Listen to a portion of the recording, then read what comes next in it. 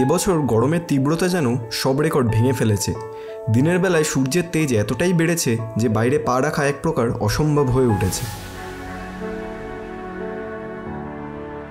প্রচণ্ড গরমের হাত থেকে রেহাই পেতে আমরা গিয়েছিলাম উত্তরবঙ্গ ও উত্তর সিকিম। সূর্যের প্রচণ্ড তাপ এড়াতে গোবরডাঙ্গা থেকে রাতের বেলা জার্নি স্টার্ট করেছিলাম সিলেরিগাঁওয়ের উদ্দেশ্যে। সিলেরিগাঁও পৌঁছাতে পৌঁছাতে পরের দিন বিকেল হয়ে গিয়েছিল। পাহাড়ের কোল ঘেঁষা এই ছোট্ট গ্রামটি তার সবুজে ঘেরা পরিবেশ, ঠান্ডা হাওয়া এবং স্নিগ্ধ সৌন্দর্যে আমাদের বেশ মুগ্ধ করেছিল। সিলেরিগাঁওতে একটা রাত কাটিয়ে পরের দিন সকালবেলা জার্নি স্টার্ট করেছিলাম ঋষিখোলার উদ্দেশ্যে। পূর্ব সিকিমের দক্ষিণ পূর্বে ঋষি নদীর তীরে অবস্থিত ছোট্ট গ্রাম ঋষিখোলা। ঋষি নদীর তীরে আমরা ক্যাম্পিং করেছিলাম। ঋষিখোলায় রাত কাটানোর পর আমরা গিয়েছিলাম সিকিমের রাজধানী গ্যাংটক। গ্যাংটকে এমজি মার্গ মানে মল রোড আমার খুবই পছন্দের জায়গা। ওই দিন রাতে আমরা বেশ কিছুটা ভালো সময় কাটিয়েছিলাম মল রোডে। পরের দিন নর্থ সিকিমের পারমিট বানিয়ে আমরা বেরিয়ে পড়েছিলাম লাচুংয়ের উদ্দেশ্যে। 2023 ফ্লাডের জন্য নর্থ সিকিমের বেশ কিছুটা রাস্তা খুবই খারাপ ছিল, সেই জন্য লাচুং পৌঁছাতে পৌঁছাতে আমাদের সন্ধ্যা হয়ে যায়। তার পরের দিন আমরা তাড়াতাড়ি রেডি হয়ে বেরিয়ে পড়েছিলাম ইয়ামথাং ভ্যালি ও জিরো পয়েন্টের উদ্দেশ্যে। লাচুং থেকে ইয়ামথাং ভ্যালি যাওয়ার রাস্তাটা কিন্তু অপূর্ব সুন্দর। ইয়ামথাং ভ্যালিতে আমরা বরফ দেখতে না পেলেও জিরো পয়েন্টে বরফ দেখতে পেয়েছিলাম। জিরো পয়েন্ট ঘুরে ওই দিন আমরা ইয়ামথাং ভ্যালিতে ক্যাম্পিং করেছিলাম। ইয়ামথাং ভ্যালিতে ক্যাম্পিং করা আমার জীবনের অন্যতম সেরা অভিজ্ঞতা। নিজের পছন্দের বাইক নিয়ে পাহাড়ের মাঝখানে বেশ কিছুদিন ঘুরে তারপর আমরা ফিরে এসেছিলাম নিজেদের বাড়িতে। Sillerygaon, Rishikhola, Gangtok, Yumthang valley, zero point, Lachung এই সব কিছু নিয়েই থাকছে এবারের নর্থ বেঙ্গল ও নর্থ সিকিমের সিরিজ।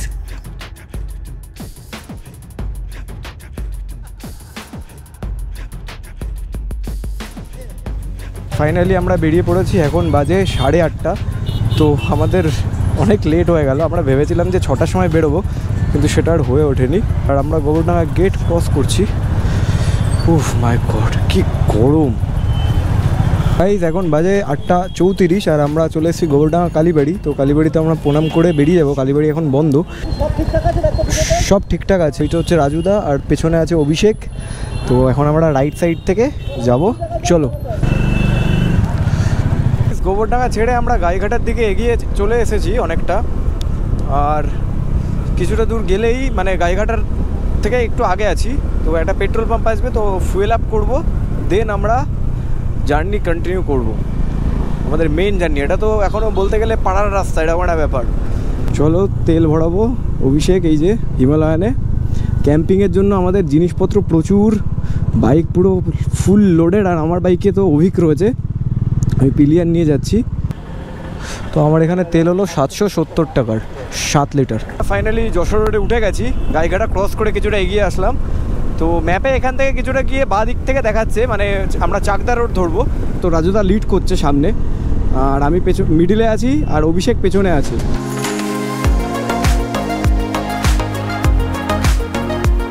এখন বাজে 9:10 আর আমরা টুকটুক করে চলে আসলাম নহাটা বাজারে। জ্যাম রয়েছে, গরমটা একটু কম। ফার্স্ট টোল আসতে চলেছে, দেখতে পাচ্ছ টোল 500 মিটার। এখন আমরা আছি বনগাঁ কুলপি রোড মানে চাকদা রোডে। এখনও চাকদা আসেনি। ঘড়িতে সময় হচ্ছে 10:26 আর আমরা চলে এসেছি চাকদা। তো আমরা এখান থেকে ডান দিকে যাব। ডান দিকে কৃষ্ণনগর চলে যাচ্ছে, কৃষ্ণনগর বহরমপুর। আর বাঁদিকে এয়ারপোর্ট চলে যাচ্ছে। এয়ারপোর্ট 63 কিলোমিটার, কৃষ্ণনগর 50 কিলোমিটার এখান থেকে। ওয়ে লড়ি ভাই সাহ। তো চলো এখান থেকে রাইট সাইডটা নিয়ে নিই, ধরে নিই নাকি। ও বাপরে বাপ। এখন বাজে 10:30 আর এখান থেকে রানাঘাট 10 কিলোমিটার। চলো লেটস গো।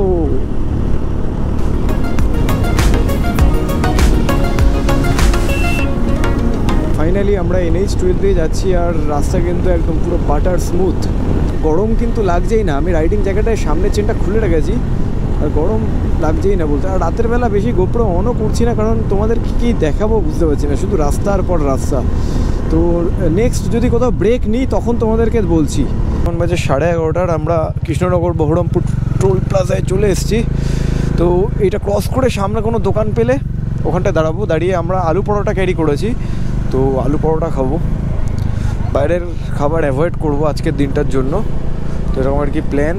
দেখি এখানে দোকানটা কই, এখানে তো কোনো দোকান দেখতে পাচ্ছি, ওই তো সামনে গিয়ে বহরমপুর কৃষ্ণনগর টোল যেটা রয়েছে, টোলটার পাশেই আমরা একটা দোকানে দাঁড়িয়েছি। এখানে দাঁড়িয়ে আমাদের ডিনারটা করে নিলাম। আমরা বাড়ি থেকে আলু পরোটা প্লাস মিষ্টি টিষ্টি ক্যারি করেছিলাম, তো সেগুলো খেলাম। এবার জার্নি স্টার্ট করব। বাড়ি থেকে অলমোস্ট 117 কিলোমিটার মতো এসেছি, জাস্ট শুরু, এখনও অনেকটা জার্নি পড়ে আছে। এটা আমার ফার্স্ট রাইড, তো এই রাইডে অনেক মজা করছি, আরও মজা হবে দেখতে পাবেন। অভিক আমার পিলিয়ান। অভিকের একটাই সমস্যা, পেছনটা খুব ব্যথা করছে, বসে থাকতেও প্রবলেম হচ্ছে। Raju Ghosh, hello hello, yes hello. এখন 12:30 বাজে। শিলিগুড়ি পৌঁছাতে আমাদের গুগল ম্যাপ ওয়াইজ যা টাইম দেখাচ্ছে, তো আমাদের বাজবে প্রায় 9:30 থেকে 10টা ব্রেক নিয়ে। তো আমরা 10:30টার দিকে যদি ঢুকি, 10টা কিংবা 10:30টার দিকে শিলিগুড়ি পৌঁছে তারপরে ওখান থেকে আমরা থামবো না, আমরা কন্টিনিউ করবো জার্নি, পাহাড়ে উঠে যাবো। গিয়ে আমরা যাবো হচ্ছে সিলিডিগাঁও। আজকে আমাদের ডেস্টিনেশান সিলিডিগাঁওতে গিয়ে আমরা হোমস্টেতে থাকবো, মজা করব। তারপরে নেক্সট ডে আমরা যাবো ঋষিখোলা, এরকম আর কি প্ল্যান করা হয়েছে। তো দেখা যাক কতটা কি সাকসেস হয়।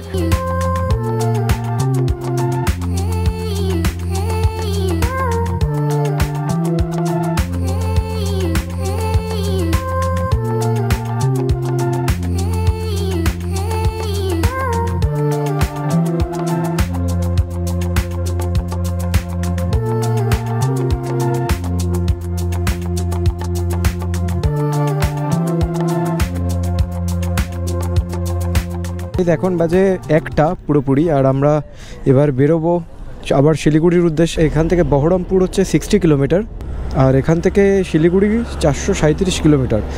চলো 8 ঘন্টা 2 মিনিট লাগবে, আর 9টায় গিয়ে পৌঁছাবো গুগল ম্যাপ ওয়াইজ। এবার জ্যাকেটটা পরে গরম লাগছে, আবার খানিকক্ষণ চালালে আশা করছি আবার ঠিক হয়ে যাবে।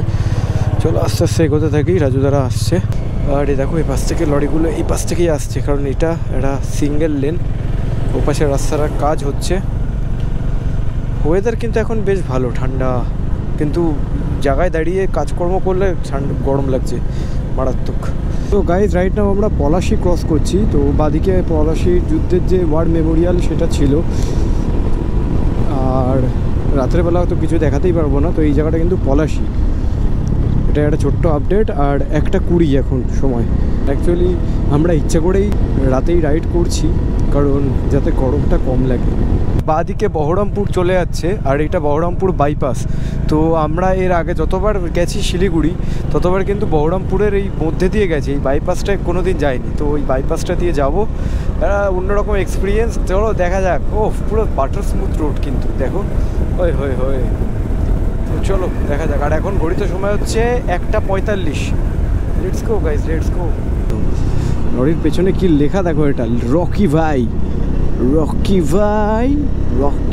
দেখো রকি ভাই। কি সবর করো নেই তো বরদাস্ত করো না, কি এসব কি লেখা ছিল। ও হো ভাই, অ্যামেজিং লাগছে রাস্তাটা দেখো। ওখান থেকে লরিগুলো আসছে, দারুণ লাগছে, সুন্দর কি ভিউ।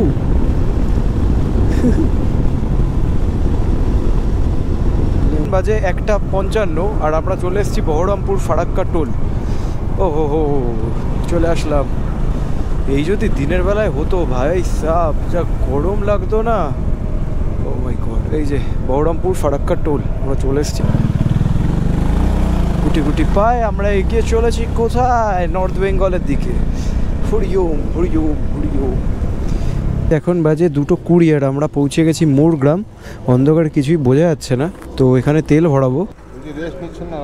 রেস্ট ওই আর কি কোনো রকম নিচ্ছি মাঝে সাঝে। এই যেমন এখানে দাঁড়ালাম, একটু রেস্ট হয়ে গেল, আবার চালাচ্ছি। তোমাদের ঘুম থেকে ডেকে তুললাম, এটাই খারাপ লাগছে, কিন্তু কি করবো, তেল না থাকলে তো যেতে পারবো না। দাও শুরু হলো ব্যায়াম করা রাজুদার। ব্যাস ছেড়ে দাও। বোর্ডে লেখা দেখলাম ফারাক্কা এখান থেকে 40 কিলোমিটার, আর এখন টাইম হচ্ছে 3:06। আমরা চলে এলাম আর একটা টোলে, Berhampore Farakka toll. So guys আমরা ফারাক্কা চলে এসেছি আর এখন বাজে 3:49।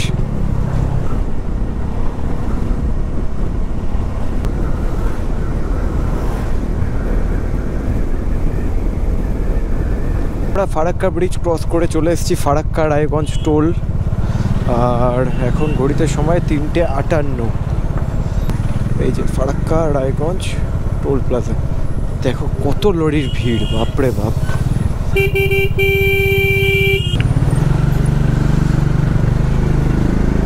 লরিটা পুরো ঢুকিয়ে দিচ্ছিল একটু হলে। আরে বাইকারসের লেনটা ফাঁকা রাখো কাকা। এখন বাজে 4:37 আর আমরা ফারাক্কা রায়গঞ্জ টোল ক্রস করেই একটা দোকানে দাঁড়িয়েছিলাম, একটা টি ব্রেক নিয়েছি, প্রায় আধ ঘন্টা হলো। এবার আমরা আবার জার্নি স্টার্ট করব টুয়ার্ডস শিলিগুড়ি। দিন হবে ভাব। এই টাইমটা কিন্তু খুবই এনার্জেটিক, একটা পজিটিভ ভাইব দেয়। তো চলো ভাইব নিতে নিতে আমরা এগিয়ে যাই।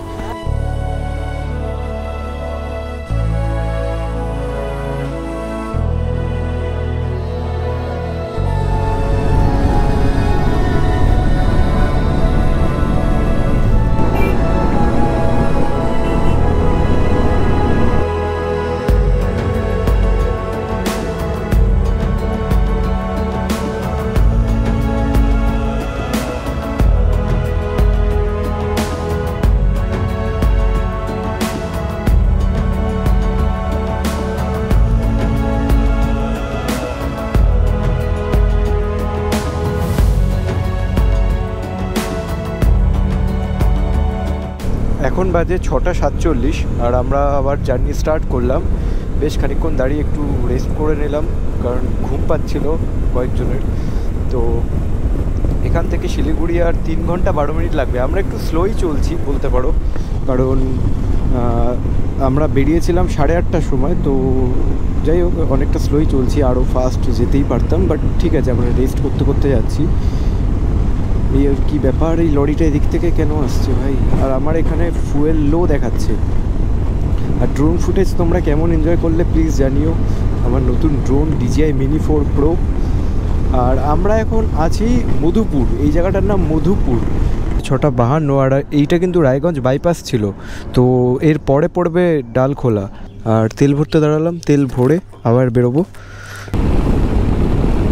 সো গাইজ এখন আমরা কৃষাণগঞ্জ ক্রস করছি, এখান থেকে রাইট সাইড নিতে হবে। ও বাপরে, ঘুম হালকা হালকা পাচ্ছে, ঠিক আছে। ওয়েদারটা কিন্তু বেশ দারুণ, মেঘলা মেঘলা ওয়েদার, কোনো চাপ নেই। আর এখন ঘড়িতে সময় হচ্ছে 7:39। এখন বাজে 8:25 আর আমরা কিষাণগঞ্জ ক্রস করে বেশ কিছুটা এগিয়ে এসেছি। আর এখান থেকে শিলিগুড়ি টাইম লাগবে 1 ঘন্টা 31 মিনিট, মানে 1.5 ঘন্টা টাইম লাগবে। আর এই রাস্তার পাশে এই গাছগুলো এত সুন্দর লাগছে না, দেখো দেখো চারিদিকে ফুল ফুটে আছে, অসাধারণ লাগছে, অসাধারণ।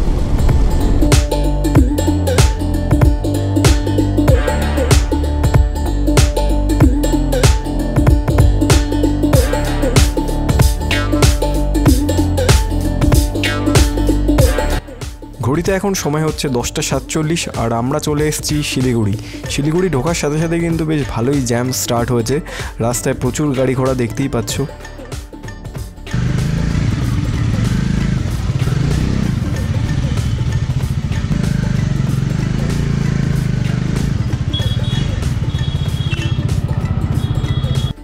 শিলিগুড়ি শহরের কোলাহলকে পেছনে রেখে NH10 ধরে সেবক রোডের সৌন্দর্য উপভোগ করতে করতে আমরা আস্তে আস্তে এগিয়ে চললাম।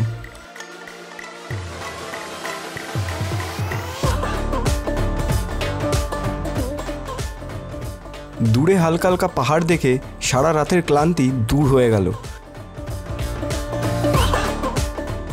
একটা পাহাড়ি শার্প টার্ন নিয়ে আমরা চলে এলাম সেবক ব্রিজ। এই জায়গা থেকে কিন্তু বেশ সুন্দর লাগে, দু সাইডের পাহাড় অসাধারণ। আর নিচ থেকে বয়ে চলেছে তিস্তা রিভার।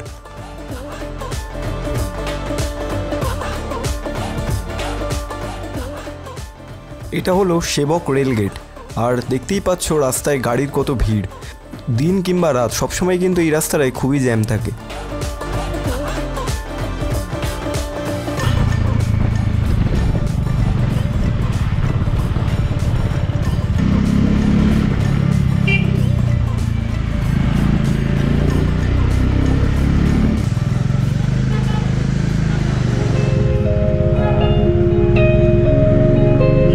কিছুটা দূর এগিয়ে এসে আমরা চলে আসলাম করোনেশন ব্রিজে।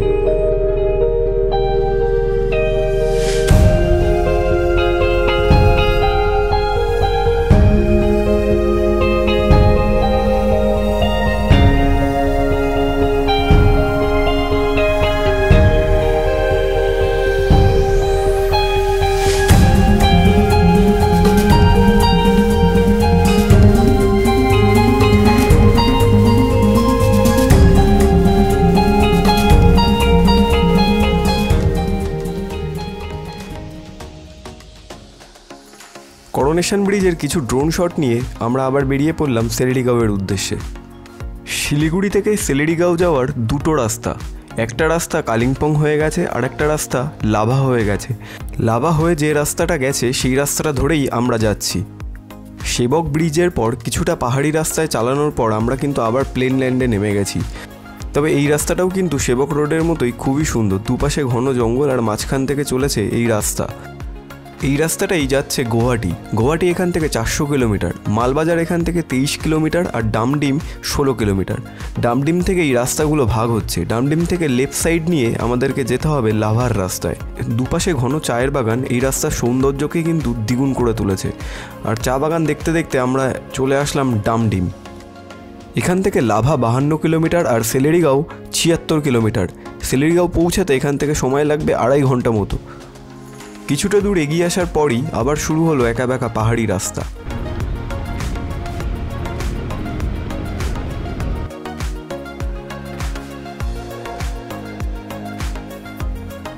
এখন বাজে 2:30, আম্বেক জায়গাটা ক্রস করে কিছুটা দূর এগিয়ে এসে, এটা অম্বেকের মধ্যেই তো এই একটা ধাবা রয়েছে, ধাবা বলতে একটা রেস্টুরেন্ট মতো। তো এখান থেকে মোমো অর্ডার করেছি, মোমো খেয়ে আবার বাকি জার্নিটা স্টার্ট করবো। প্রচণ্ড খিদে পাচ্ছে। আর এখান থেকে সেলেডিগাঁও সময় লাগবে 2 ঘন্টা আর 51 কিলোমিটার। তো চলো মোমোটা খাই, মোমোটা খেয়ে একটু পেট পুজো না হলে ঠিক হচ্ছে না। সবাই আর কি ঝিমিয়ে যাচ্ছে, কারণ ঘুম হয়নি না। তো খেয়ে দে, তারপরে আবার জার্নি স্টার্ট করবো।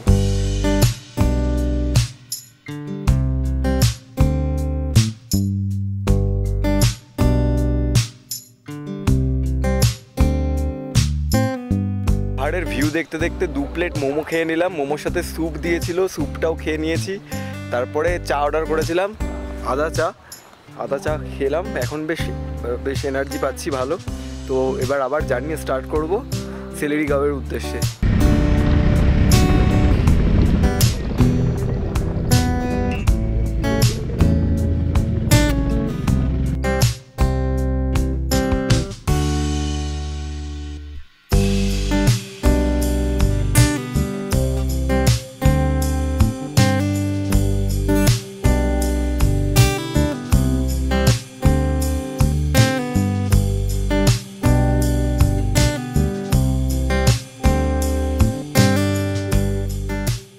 বেশ কিছুক্ষণ রাইড করে পাহাড়ি রাস্তার সৌন্দর্য উপভোগ করতে করতে আমরা চলে এসেছি লাভা। এটা হচ্ছে লাভার ভিউ পয়েন্ট, ঠিক আছে? লাভার ভিউ পয়েন্ট না, মানে লাভাতে আসলে এই লাভার এই পার্কটাতে সবাই আসে। ভিউ পয়েন্টে দেখো ভাই, সবাই পাইন ফরেস্টে যাওয়া যায়। আর এখানে আই লাভ লাভা লেখা রয়েছে। চলো চলো।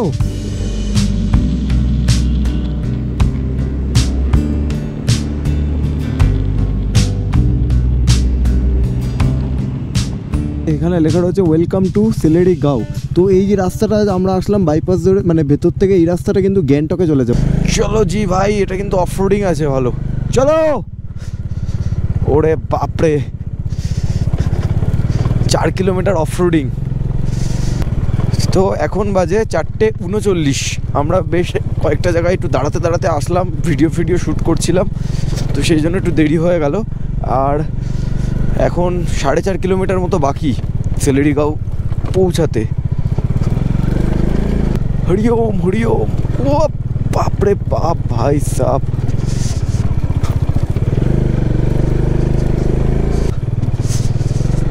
বাইকটার বাইক নেই, ট্র্যাক্টর হয়ে গেছে কাকা। জেসিবি। ও বাবারে ও মাই গড। আশা করছি এত অফরোডিংয়ের পর রেজাল্টটা ভালো হবে, মানে ভালো ভিউ পাবো আমরা। চলো দেখা যাক। ও বাপরে বাপ, রাজুদা পড়ে গেছিল, কিছু করার নেই। এখান থেকে এতটা উঁচু আর এতটা স্টিফ রাস্তা, এই পাথরে বেঁধে পড়ে গেছে। তোমাকে এই সাইড থেকে ঘোরাতে হতো না, তুমি এত কাছ থেকে ঘুরিয়েছো তো, এটা এই পাশ থেকে ঘোরাতে হতো। আমি টেনে নিয়েছি তাই, নাহলে আমার পুরো পায়ের পুরো। তোমার তো মেটাল প্লেটও দেওয়া নেই জুতোতে। ব্যাপারটা হচ্ছে আমরা যেখানটায় লাস্ট গেলাম ওখানটায় রাস্তায় কাজ চলছিল বলে আমাদেরকে অন্য একটা রাস্তা দিয়ে ঘুরিয়ে আনতে হলো। এই রাস্তাটার কন্ডিশন বিভৎস বাজে, এরকম রাস্তা দেখে মনে হচ্ছে এরকম, বাট স্কিড করছে, ঠিক আছে। সো রাজুদা টার্নিংয়ে উঠতে গিয়ে পড়ে গেছে, কিছু করার নেই, এখানে পড়ে যাওয়াটা স্বাভাবিক। আমি অনেক কষ্টে নিয়ে আসছি বাইকটা, আর ওর হিমালয়ানটায় খুব সুবিধা হচ্ছে উঠতে। স্টার্ট দাও।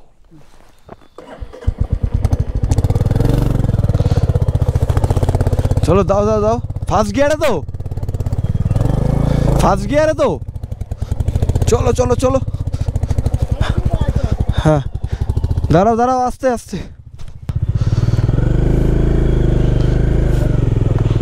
দাঁড়া।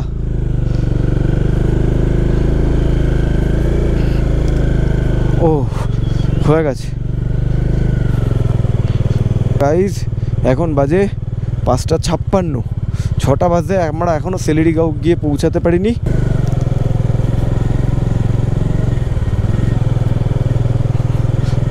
আমি এই রাস্তায় পিলিয়ার নিয়ে উঠছিলাম, বাপরে বাপ, ও বাপরে।